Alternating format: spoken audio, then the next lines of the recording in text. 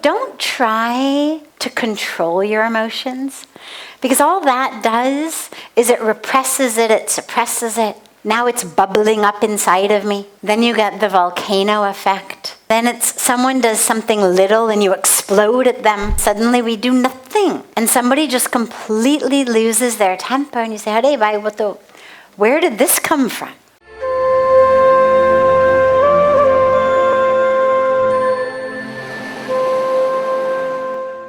The aim is not about controlling emotions. The aim is about not allowing emotions to control you. All an emotion is a very brief pattern of chemical and electrical behavior that takes place in our brain. It happens in a certain way, we call it anger. It happens in a different way, we call it sadness. It happens in a different way, we call it happiness. A different way, we call it fear. That's all it is. It's just a pattern in the brain. And it's very quick. Most emotions, it's very quick. What ends up making it last and making it control us and make it lead to suffering is that we keep telling ourselves stories about it. The minute that the mind gets involved. So let's say, for example, I see something, someone does something, acts in a certain way. It triggers anger in me. Okay? So in that moment, as I see what that person is doing, suddenly there is this wave of chemical and electrical pattern in me. Causes my blood pressure to rise, causes my heartbeat to go, causes my palms to get all sweaty, causes my brain to contract. So where my vision was wide, in anger my vision becomes very, very narrow, like tunnel vision. But it's quick. What makes that anger last and kill us is that the moment that wave of energy starts happening, my mind kicks in and starts telling me a story. How dare he do that? Who does he think he is? Kya samajhte aap apne aap ko? How could he do that to me? That's not fair. Wo hamesha aise karte hain. And we start giving ourselves a whole drama around it. And the drama, we keep repeating it. And the more we repeat it, the more we cause that pattern of energy to keep happening. Keep happening. So where it was originally just a wave, we turn it into a whole tsunami and a storm that lasts hours, days, weeks, years. Because we keep telling ourselves the story, we keep triggering it. If you imagine that you got like a little cut, it gets a little, hurts for a moment, gets a little scab over it, but every time the scab just begins to start, you pick it off, you make it bleed again. Then the scab just begins to grow. You peel it off, you make it bleed again. Eventually, you're actually going to turn that which was little into something much bigger. You'll give yourself a proper infection. Now imagine that you kept doing that every day for weeks and months. You could cause a really severe infection in the body. Kuch bhi nahi tha in the beginning. It was nothing to begin with. A little paper cut, a little something. But because we keep picking at it, it doesn't heal, it gets worse, it gets infected.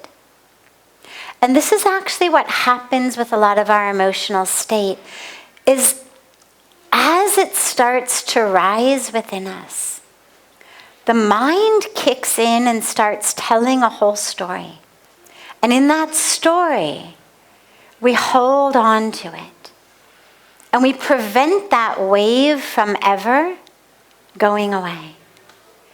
And so don't try to control your emotions, because all that does is it represses it, it suppresses it.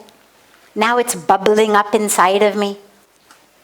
Then you get the volcano effect, right? I mean, then it's someone does something little and you explode at them, right? We've all seen it happen. Suddenly we do nothing.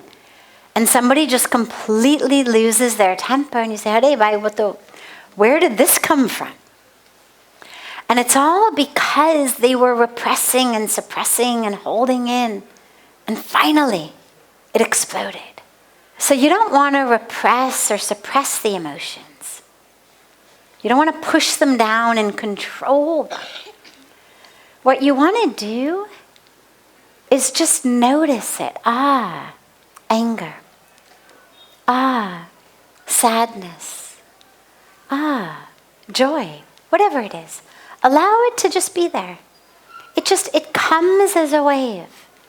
And if you allow yourself to just sit and close your eyes for a moment, what you'll find is the wave comes, it builds, it peaks, and then it goes back out. And it's over. If you don't allow yourself to tell yourself a story about it, it's over. And that's the way to handle emotions. They keep arising. But don't let them control you. Just because there's a reaction in the brain of anger doesn't mean that you have to yell or hit somebody or punch a wall, or go out and get drunk or use drugs or do something you're going to regret. It's just a chemical and electrical pattern. Just allow it to subside, whatever the emotion may be. The goal is not to become emotionless. We're not looking to become just, a monotonous existence, but not to be controlled by them. This is where Bhagavan Krishna tells us in the Gita that the wise one, the yogi, is one who is balanced in pleasure, in pain. Doesn't mean the yogi can't tell the difference. Doesn't mean the yogi never experiences pleasure, never experiences pain. But it means that the yogi is not controlled by that. That it's not, happiness, great, everything is wonderful. Sadness, everything is awful. Where we just bounce around like that. The goal is just, okay. Yeah, that disturbed me. Interesting. This feels really beautiful. Interesting. You just become aware. You just notice it. Like you notice a rainy day, or you notice a sunny day, or you notice a cold day. You notice a hot day. The same way you just notice, this is a wave of anger. This is a wave of resentment. This is a wave of yearning and longing.